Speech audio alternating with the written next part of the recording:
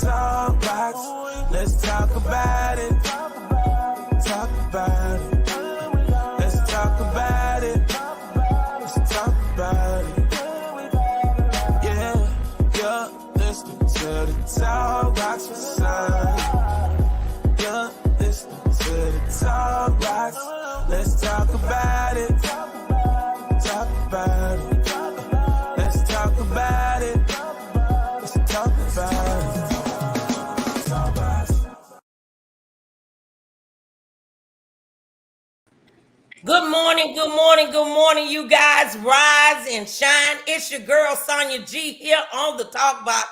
And we have the marvelous, the wonderful, the magnificent, and the anointed Dr. V in the house. We're just so thankful to have Dr. Veronica Wiggins Johnson with us today. So good morning, good morning, good morning to you. How are you? I'm absolutely amazing, and as excited you are to have me, I'm more excited and honored that you chose to have me. Thank you so much for the invite, girl. It's been a long time. I know. I'm so glad that we reconnected. It's good to see you. I just want to tell everybody before we get started, we like Baptist preachers, so we need you to talk back to us this morning. You know how we get. And also make sure that you share the live with your friends, your family, your frenemies, because somebody needs some morning motivation on their journey to abundant living. One thing we say, Dr. V, here on the Talk Box, every day above ground is a good day, because we got another day and another opportunity to get some things right that we didn't have quite right on yesterday. So we're going to dive right in. Again, it's so good to see you. You so bright and sparkly this morning, early in the morning. But today is Thankful Thursday. And I don't know about you, but there's so much for us to be thankful for. Yes. You know, we don't always get everything in the package that we want it in, but we can always find something to be thankful for, even when life takes a turn.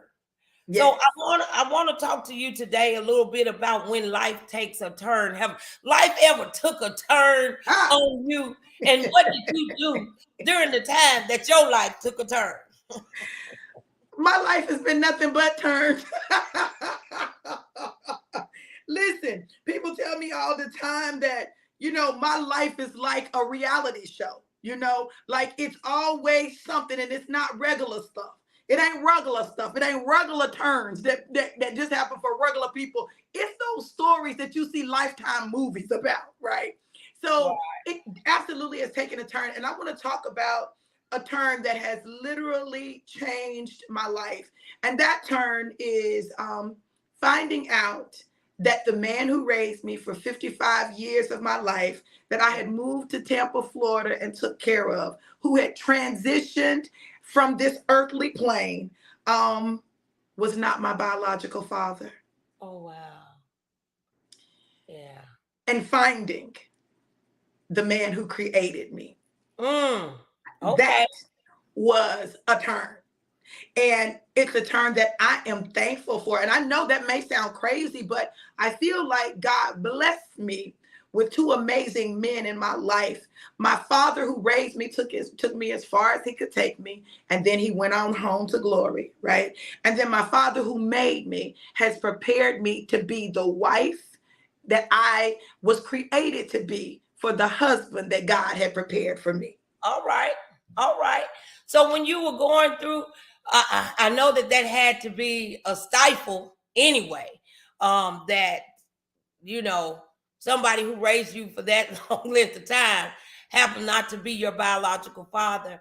And I imagine that it had a lot of dynamics to it. Is your mother still living? My mother is living. Mm-hmm. And I had to ask some difficult questions. All right. And I got some interesting answers. Interesting. But none of them was the answer that I needed. Oh, wow. So I literally used a genealogist to find my father. My mother, when I approached her about it, was just like, no, Norman is your daddy. I said, Mama, Norman ain't my daddy. And the journey allowed me to connect with a cousin, and that's kind of how it got started. I discovered that I had someone that was a close relative who I didn't recognize, who was in New Jersey. It was a female, and I didn't know quite, she was 30 something. So I'm like, okay, I don't know. Maybe my daddy had another child, but this is what let me know that it wasn't my daddy who raised me's child. I have cousins who our mothers were sisters and our fathers were brothers. So that person should have been related to whoever that person that was close to me was, but they weren't. So that's how I knew that my father was not my father. Connected with one of my cousins on my biological father's side, and we began the journey of trying to find who my daddy was. Oh, wow. And then you went through genealogy. I went through genealogy. I used Ancestry DNA. That's what triggered it. That's what showed it. And I took that journey and found out I had siblings that looked just like me. I'm talking about we look alike. You can tell we're related, okay? Right. My sister is a gospel recording artist and a minister of the gospel and a coach. I have a brother who is he does construction. And when I tell you the boy is bad to the bone and just fine. This is the thing, my family fine, girl. That fineness is all up and through my family, okay? It's just right. But then my daddy fine. When I tell you my daddy fine. At 75 years old, listen, fine. Well, he's 76 now, but fine. Okay, so we got good genes. Okay, so when I look young like this, even though I'm gonna be 57 next month, baby, that's because I get that from my daddy. Okay, I hear you. So let me ask you something. Let me just throw that out there. Just through my mind, genealogy have messed a whole lot of people up. But you know what they've always said, mama's baby and daddy's maybe. Yes. But it's so important for us to find our roots because we have childhood traumas and things that happen to us that actually shape us today. I say that we have to make sure that we heal the inner child in us so that we're not walking around here as a broken adult. Yes. And that's what happens a lot of times because when you don't fit in, most of the time, 99.9999% of the time, there's a purpose behind it.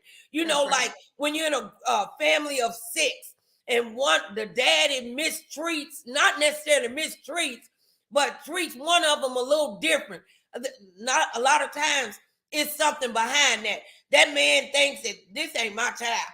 You know, they might not even do it intentionally, but they do it anyway. And so we find that, hey, some just ain't right.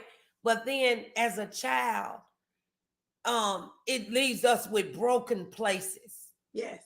Broken places. I want to say good morning to Ebony, to my dear husband, Perry Carney, as well as Sharon Wright and all the other people that's on the line.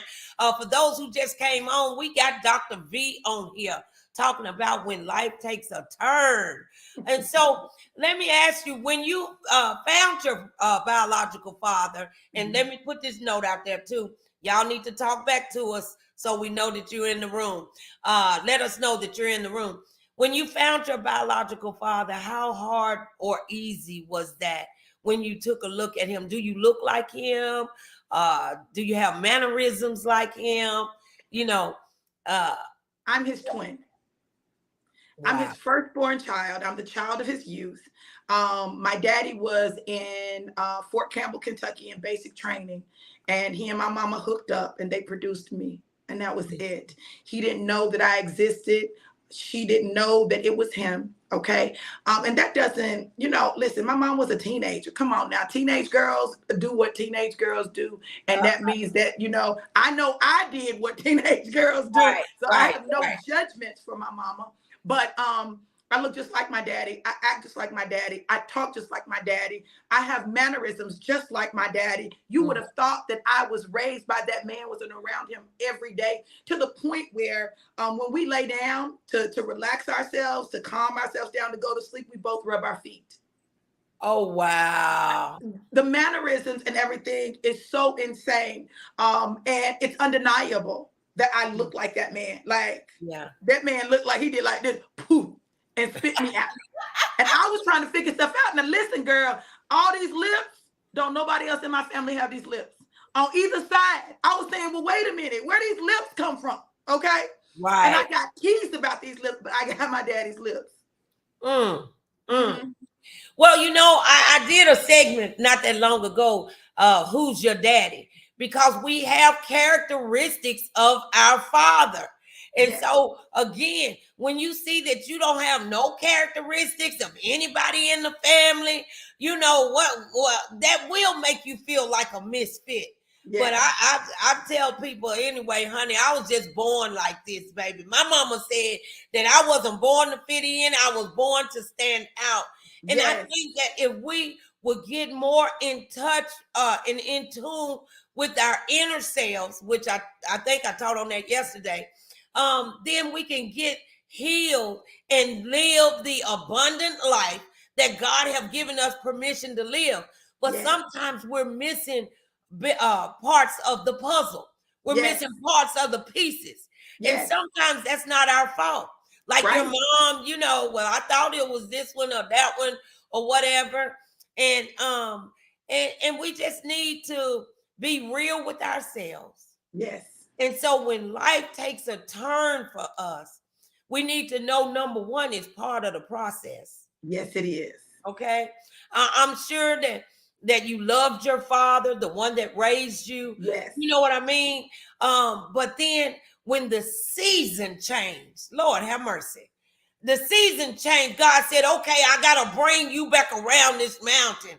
I got to let you see why you've been a misfit. See why you wasn't fitting in. See the issues that was going on that you didn't understand.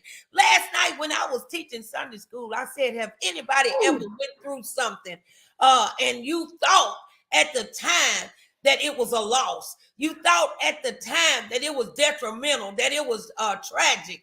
But when as time went by, you look back on it and you say, well, look at that. It had purpose in it. When we belong to Christ, it has purpose in it. And I'll tell you, this was God ordained. I know it was God. I know my daddy tells me all the time that, you know, God protected you in a cocoon for 55 years to bring to me when I needed you the most. And literally that's what he did. My father who raised me had died the end of September. And in December, I did Ancestry DNA. I had such a hard time with my dad's death. It affected me. It triggered some things in me. I started having anxiety attacks, panic attacks, and I'd never, you know, experienced that like that. And I remember one night I wanted to die because it triggered a lot of things. I ended up not making the money I was supposed to make because I couldn't go to work. I had to be there to take care of him, and it affected my income. I was facing an eviction. I wasn't even 30 days late and I was facing an eviction. I'm like, God, what in the world is going on? And it was like everything pressed in on me. And I remember laying in the bed crying out to God. And I was just crying. And I was just like, I want my daddy. I want my daddy. I got up, I went in the bathroom. I looked in the mirror and I'm just looking at myself with tears running down my face. And I said, I want my daddy. I want my daddy. I want my daddy. And what I didn't know is I just activated something in the atmosphere to release the man that God had held up. Waiting for the time to be right for him to be released into my life. A time that wouldn't destroy the man that raised me. A time that would I would be open to receiving it. And literally, when I found my daddy, I remember our first conversation. It was so natural for me to call him daddy. We're having the conversation. He's talking about his book that he's working on, which is coming out in September. We're doing pre-orders for it. Silent Cry. Our lives have had similarities, and I said, Daddy, you know that's what I said. I said, oh, you know that's what I do. And he said, what? He said, I'm working on a book. I said, you know that's what I do. He said, what? I said, you know, I'm an author and I help people write their books and I'm a ghostwriter and help people publish their books. He said, for real? He was like, no, I didn't know that. I said, well, Daddy, can I? And I stopped and I said, I'm sorry. Is it okay if I call you Daddy? And he said, baby, of course you can. Yeah. It's your birthright. My Lord. When my daddy told me, he always says this, it's your birthright, baby, it's your birthright, it's your birth. Now I understand why I like expensive stuff, why I dream big, because that's my daddy, why I walk in big faith, because that's my daddy. Listen, I remember Daddy said, I want my name on your birth certificate. Listen to me, I need you to tell you, for 55 years, I had a blank space where it said Father's name. Even though I had a man who raised me, it was as though God had protected that space specifically for my biological father. Yeah. And when he said that, I said, Daddy, I don't know how to do it. He said, well, I need you to figure it out because I want my name on your birth certificate. I went home for my mother's birthday. I had my daddy notarize the document. I took it to my mama. She signed it. I got it notarized. I went to Vital Statistics in Kentucky. And in 15 minutes, I went from having no father on my birth certificate to being legitimized by the man that had created me. And all of a sudden, my name changed. When life takes a turn, God allowed me to see myself in him. God allowed me to heal by loving him because it was loving me. I want to touch on just a minute. 55 years old. That just goes to show that God timing and our timing is something different. Yes. That means that I look at that your entire story, and even God is so awesome that he held back pain from your stepfather. Yes. Because nothing came into play until that was it. Then you said that you start saying you want your daddy. I think that sometimes we forget how powerful this tongue is. Yes. The things that we can produce just by speaking it. And the things that we're able to kill by speaking. So we got to watch our mouths. But then talking about the birthright. Some of us is walking around. God have given us permission and the authority to live an abundant life, and you walking around like you got a deadbeat daddy. Well, let me tell you something about the God that I serve. The God that I serve will go over and beyond to make things right. He waited until you were 55 to make it right. He made something right that you didn't even know needed to be made right at the time. That's why I'm so thankful that God looks beyond all of our faults and still provide our needs. And so I'm excited about your story. Yes. And check this out. Angel number 55 means a change is coming. And that change is one that will be associated with adventures, freedom, self-determination, creativity, and divine energy. Literally, my daddy prepared me for my husband. I had never had a man to just take care of me. I always took care of me, right? Even when I was married, I still made sure things happened, right? Right. And being sent, God sent me to my daddy. My daddy met me with a balloon, met me with balloons that said, I love you, a big teddy bear, right? It was as though I arrived to him at 5 years old. And in 5 months, I grew up. I went through all of the stages. God allowed me to go to him with nothing. So that all of the things that a father gets an opportunity to do in their child's life, my daddy got an opportunity to do, even walking me down the aisle. For the first time, I had already been married 5 times. For the first time, a man went to my father to ask permission for my hand. Oh, wow. It was as though all of the things that I had desired growing up manifested, but they manifested later in life. And that's why I tell people, listen, you can't despise what you go through. Because if I'd gotten my husband that I have now, at the beginning, I would have messed that up. First of all, he wouldn't have been my husband. Listen, I would have been like, no, you is boring. No, we can't do that. And it's not that my husband is boring, but he's not like me. You know what I'm saying? We are different. But I needed him in my life to balance me out. I needed that balance, but I learned how to take care of a man by taking care of my daddy.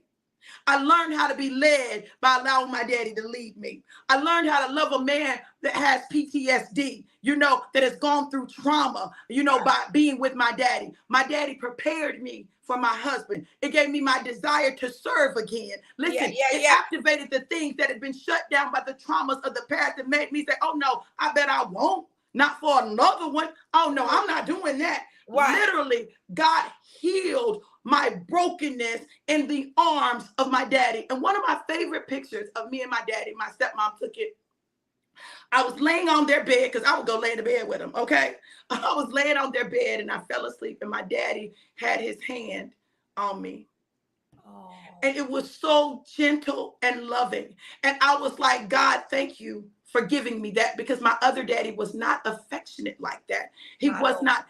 My daddy and I have the same love languages, words of affirmation and physical touch. So we're going to hug and kiss and hug and kiss and hug and kiss. Right. Even when we get off the phone on FaceTime, we're going to be like, I love you. Mwah. We're going to blow kisses. Right.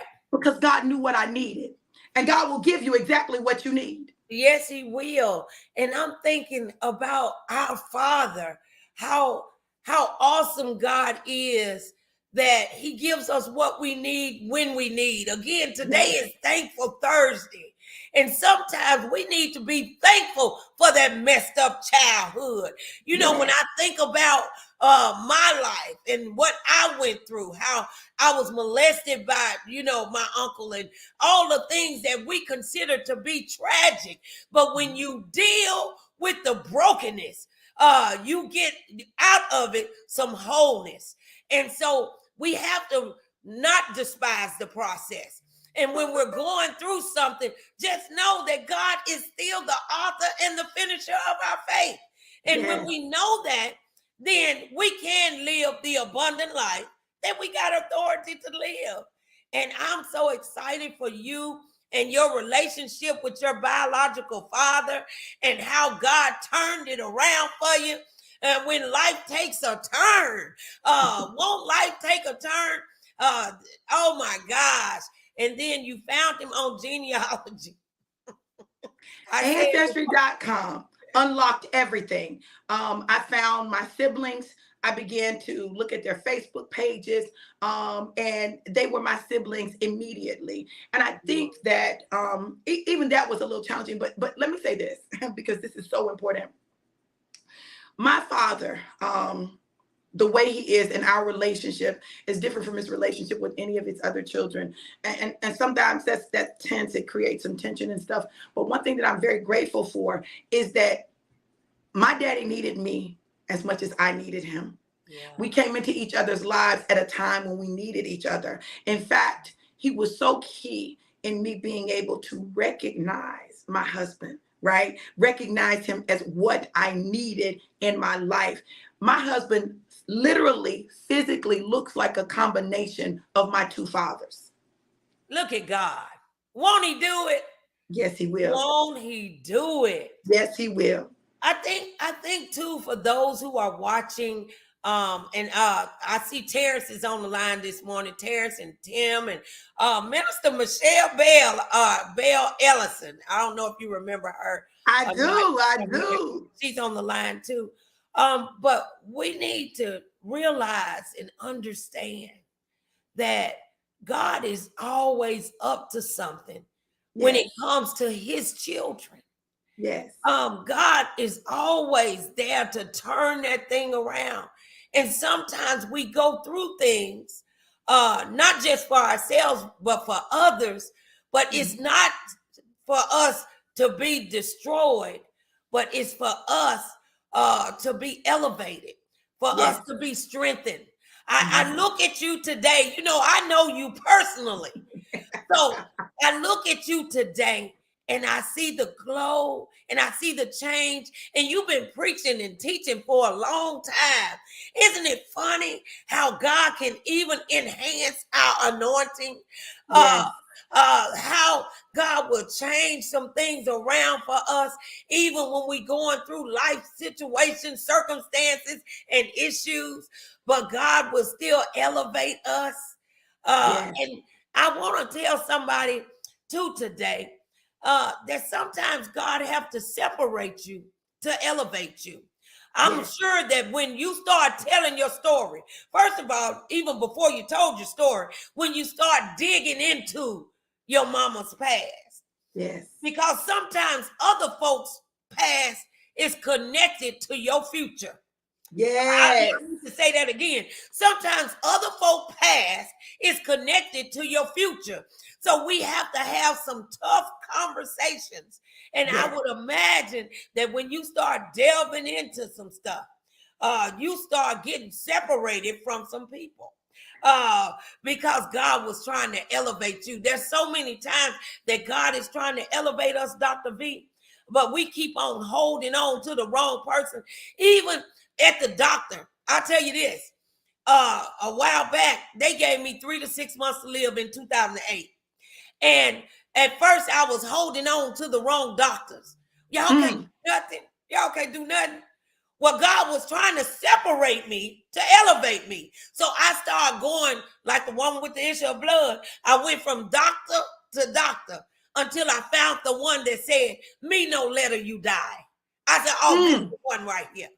So sometimes we need to let go of some people, let go of some things, let go of some places, because holding on to stuff is the reason why you haven't gotten elevated yet. Yes. Literally, when I went to my daddy, I let go of everything. Look, everything was gone. I went to my daddy and I went on a journey to find me, to find my family. And as I was finding my family, I found me. And literally pieces that were missing began to make sense. My grandmother, which is how I found my daddy. I didn't find him on my granddaddy's side. I found him on my grandmother's side. My grandmother had been married like 5 times. I said, oh, that's me. We look similar. I'm built like her. You know what I'm saying? I said, oh, that's me. Right. Oh, if I had met her, I would have been that grandchild. Been like, oh, baby, you just like your grandma. Oh, you just like me. Honey, I see me in you. I know that. I never met her. But my daddy did something. He gave me her Bible that he brought back from the war to give to her right after I had been born, even though they knew nothing about me. My God. I literally went to where my grandmother and my grandfather lived. I went to their graves. I began to reconnect with my family, and this is going to bless somebody. When you understand the roots of why you are the way you are, you can change who you are to be who you were created to be, to get you. When they say, you know, that my past or my history, my ancestry, my genealogy, when it read it to me, everything stopped. It broke. I am the breaker of the generational curse of multiple marriages. I am the breaker of the generational curse of not knowing who your daddy is. I am the breaker of the generational curse of poverty, because wealth is on my daddy's side. It's my birthright. My daddy said when my grandfather held him up, like in Roots, right? He said, this one can't be beat. He said, baby, you can't be beat. It's your birthright. And I can count on my daddy to always give me that. We got to understand that we got to stop running from our past and run to our past, run into our past so we can deal with it, so that we can get to our destiny. Again, if you don't deal with the broken child in you, then you will become just a broken adult. I want to say this, and I'm thinking this was the analogy God just gave me, the picture. When life takes a turn. So life is going to take a turn. I don't care how saved, sanctified, filled with the Holy Ghost you are, life will still happen, especially when we don't deal with the pain, when we don't deal with the childhood issues and trauma. But if you picture this, everybody, talk back to me on this one. Picture this. We're on a road and a highway. If you look at the poster that I put up with your picture on it, it's a winding road there. So when life takes a turn, guess what we need to learn how to do? Well, you know, when a motorcycle is going on the road and they start to hit them curvy lines, you better learn how to lean, baby. Lean, baby. Every time you take a turn, every time life takes a turn, you better learn how to lean into it. Yes. Lean into it. Somebody say, lean into it. We're going to lean into it. We're not going to let those things break us. We're not going to let our past dictate our future. We're going to lean into it. We're going to learn what we need to learn, because now we know. Because when you know better, we should do better. Now we know that we have a right to abundant living. Now we know that our past had a purpose, regardless of how much pain it presented to us. Now we know that was part of my process to get me to the promised land. Now we know that I had to go through some things to get somewhere. Now we know that we wasn't born to fit in. We were born to stand out. Now we know that God has a plan and a purpose for us. Jeremiah 29:11. Yes. God has a plan. Girl, that's my husband. That's my husband.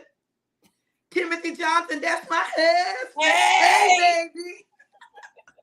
There him is. He said, lean into it. My husband on the line too, boo. We said, hey, I want to do a side note for those who may be on the line who've been praying for a husband. I want to encourage you to get in position to receive a husband.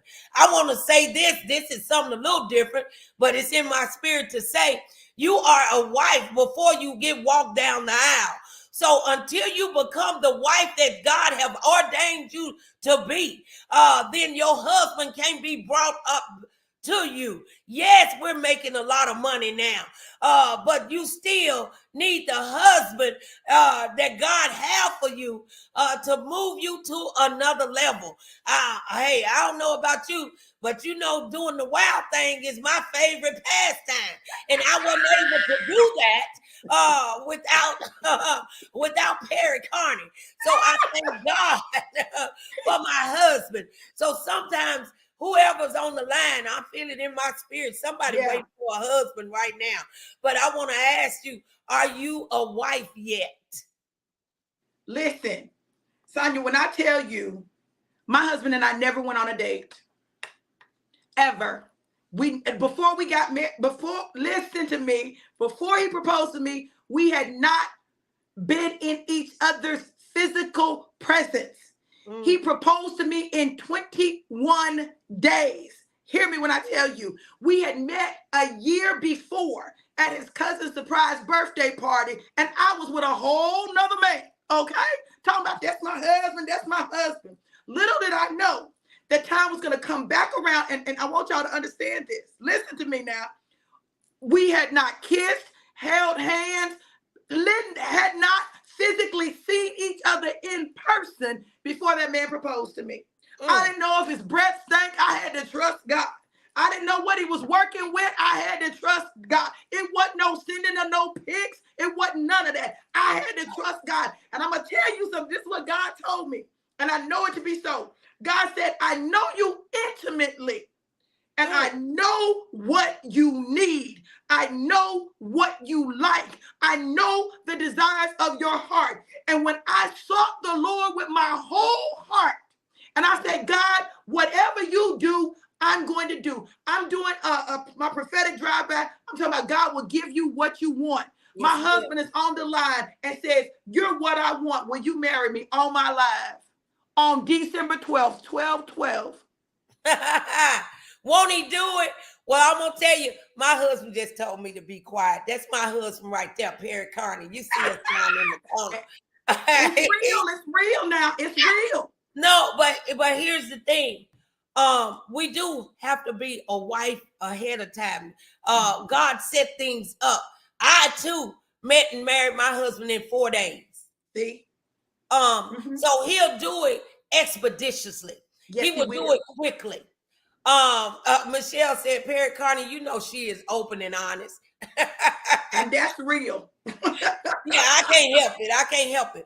But Tim said, but God, we sat at the table. My God. Look at that. That's your boo. And my boo on the line too. We love you guys. So I just want to remind everybody, when life takes a turn, lean into it, baby. Yes. Lean into it. Don't let it destroy you. Don't let it take you out. It don't have to. I tell people all the time, I think I talked to you, Dr. V, about it earlier today. The best thing that God gave us and the worst thing that God gave us is the exact same thing. And that's free will. You have a choice today. Every day that we get up, we got a new opportunity to get some things right that we didn't have quite right on yesterday. Every day we got a chance and a choice to make things different. Every day we can tap into the word of God that says, be ye transformed by the renewing of your mind, so that people miss those two words, so that you will know God's good and perfect will for your life. I'm telling you, change your mind and your life will follow. Change your mind. Your life will follow. My God. Yeah. My God. Yeah. And listen, you said something, Sonia, and I want to reiterate this, because when I came to this revelation, it changed the way I looked at absolutely everything in my life. Everything that we go through in life not only has purpose, but it has a gift or gifts attached to it. The same thing. There is no such thing as a good thing or a bad thing when you belong to God, because all things work together for your good. When we stop calling a thing bad that we experience, no, it may not have been ideal. It may not have been perfect. It may not have felt good at the time. It may have been traumatic at the time. But when I tell you that when you understand that everything is what it is what it is. It just is an event. Now, listen, what that event does in your life is up to you and how you approach it, how you view it, and how you deal with it. But when we detach the negative stigma off the things that we've experienced, I was married 5 times before I met my husband, and he married me 2 times to make sure he was number 7, because he said, I'm going to make sure that you know that it is done, it is finished, and it is complete, okay? I'm going to make sure. Literally, he stopped the wedding. He said, okay, listen, anybody knows her knows she loves numbers, okay? We're going to do this again, because I'm going to be number 7. Right. 6 and 7. Okay. I taught something the other week. I said it wasn't a loss, it was a lesson. Yes. When we learn how to look at that thing as a loss, that loss as a lesson. Because I give this analogy. You especially in relationships. You'll break up with somebody, you was in love, baby. You cried and it didn't work out and this, that, and the other. Then years later, after you've matured, after you've gone through some things, you'll tell God, Lord, thank you. Thank you that didn't work out. and that's how you know, too, that everything is a process and nothing is a loss. That's right. Nothing is a loss. It's a lesson. That's right. It's a lesson. Some of our old relationships taught us how we want to be treated. Yes. Taught us how we don't want to be treated. Yes. Your husband says this. Go ahead. Can you see what he said? He said, we got to know that it's happening for us and not to us. And that's the thing. I say that all the time. When you understand that life is not happening to you, it's that God literally causes the entire universe, the sun, the moon, the stars, the atmosphere, the trees, all of nature, all of the earth to work together to produce for us what we need. That's experiences, that's challenges, that's blessings, that's everything to move us forward towards our destiny. It's not happening to us, it's happening for us. Right. So she said that was hilarious and good all at the same time. Well, you guys, listen, when life takes a turn, you've been through some things, but honey, your daddy's story. Have you wrote that in the book yet? Now, I know you're a ghostwriter, but I own a publishing company.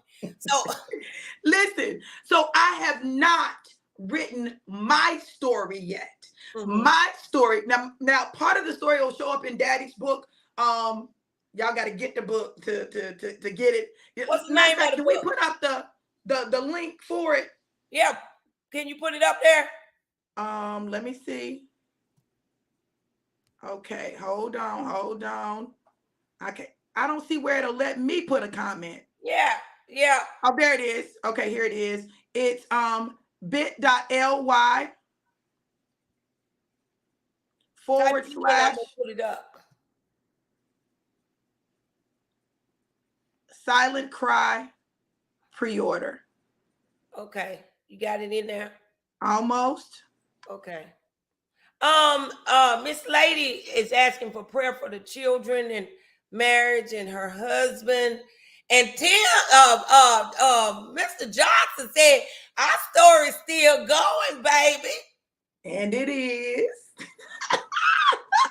Our story is just getting started. Our story is just getting started. But I know that there are things that I've gone through in my life that people need to know for them to be encouraged, to be inspired, and to continue. Yeah. Can you see it, Sonia? Can you see the comment? Nope. It's in the oh, you put it in the you put it in the chat. Girl, I don't know how to do it on this side, girl. That's all right. I got you, girl. The teamwork make the dream work, baby. Teamwork make the dream work. Girl. There you go. Like you, girl. Yes. Their teamwork make the dream work.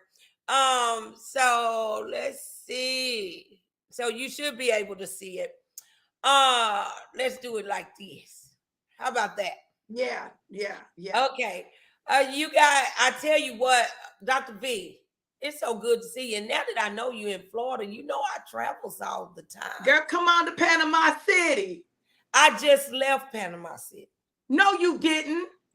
A few weeks ago, I was in Panama City. Well, I brought my I take my employees on these trips so that I can have a vacation that I can write off as and and so part of my staff was not able to go to Puerto Rico with us when we went because they still had kids in school, and so I ended up Ebony said we was in Daytona, not Panama City. I'm sorry. I thought we were okay. So we went to Daytona. That's one of my employees on the line. I thought it was Panama City. But Panama City is where my uncle lived then. Ebony, really? I think that's what we went to. I've been to Panama City not that long ago. Wow. Somebody's asking, what's your YouTube handle? Okay, it's at DRV Place. DRVS Place. At Dr. V's Place. DRV Place. DRVS Place. At Dr. V's Place. Like, come on over to Dr. V's Place. Okay.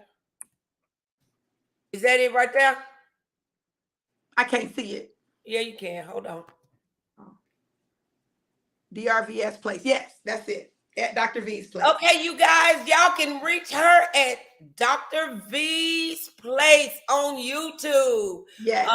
So we're all here trying to help each other while we on this journey to abundant living, you guys. Yes. And so Dr. V got a lot of good stuff going on. Tell us a little bit before we close this out. You got some other stuff going on. What's going on in your work? Listen, so much is going on in my world, but look, I have partnered with this amazing company, and baby, let me tell you, see, you said something and it really struck me. We talked about this last night. We have health products. We have a product called Alive, which is our liquid vitamin. And then we also have sprays that help you get the vitamins, mineral nutrients, helps with weight management, your vision, helps you sleep, cut your appetite, helps your skin be soft and supple. Me and my husband call ourselves now the supple couple. One of my girls suggested that. She said, oh, y'all the supple couple. But what I love about it is this. Literally the products help with clarity, focus, energy. I've lost 8 pounds and y'all see my skin. Honey, listen, it ain't Maybelline, okay? So the company is amazing, but it also is allowing us to make money. I'm excited about it. I'm excited about what God is doing. I'm excited about my partnerships. You said that Terrence was on here. Terrence is one of my business partners. I'm super excited for what God is doing for him and his wife in this journey and through these products and this company. You all, I want to tell you this, that we have the ability not only to obtain wealth, but to have health. Listen, all the money in the world is great, but without health to enjoy it, it means nothing. And so my foundation is our health, being healthy, understanding that it is in our health. What did the apostle say?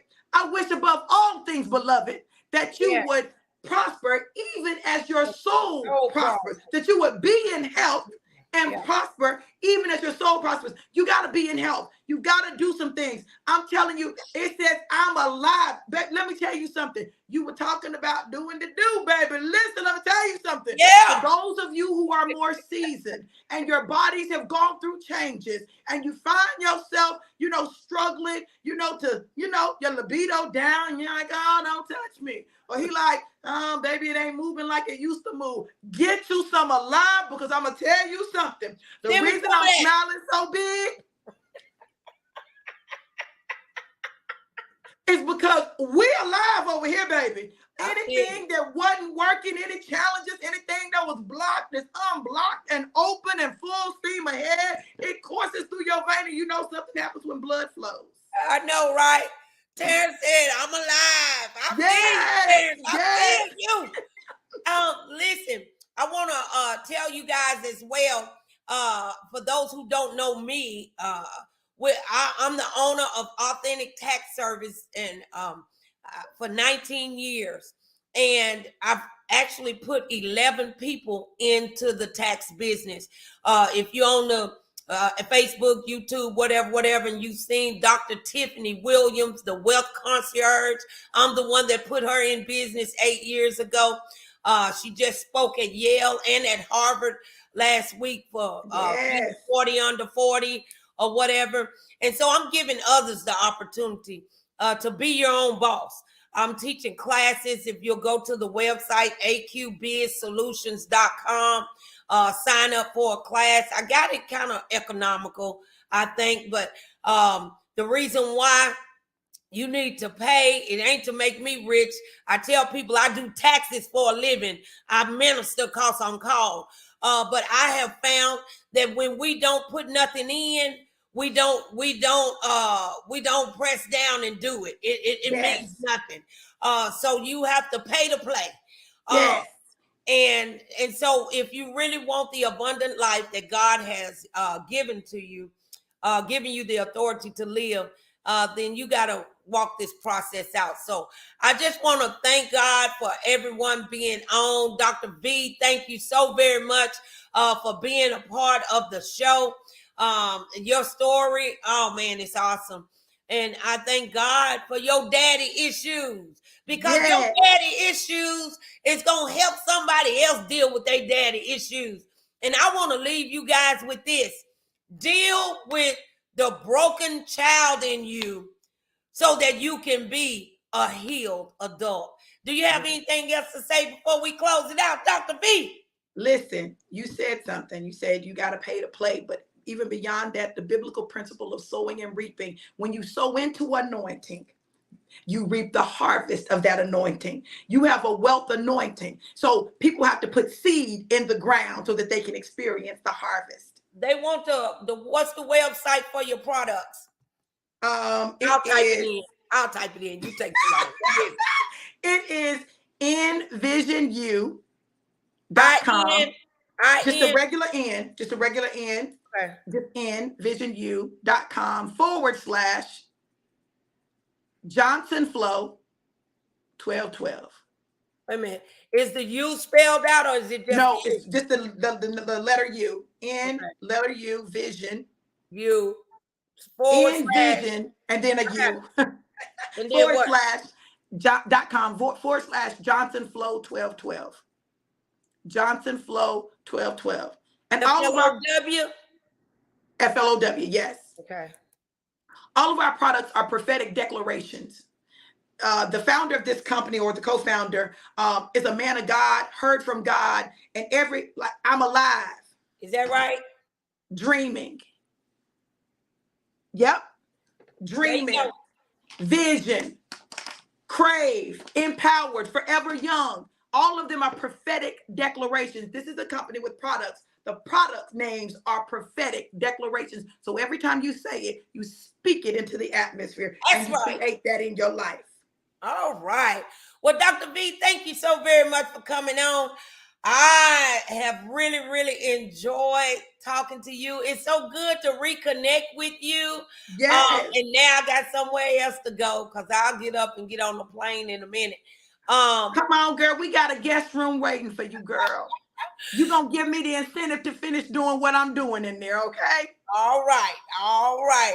Well, you guys, I just want you to know that today is Thankful Thursday. If you woke up this morning and you was on top of the world and now something has happened and you feel like the world is on top of you, just lean into it. When life takes a turn, just lean with it. It's your girl, Sonia G, here on the Talk Box with Dr. V. Thanks so very much. We'll see y'all tomorrow, the same place, same time. Bye. Be blessed, you guys. All right. Y'all be good. Let's talk about it. Yeah, you're listening to the Talk Box.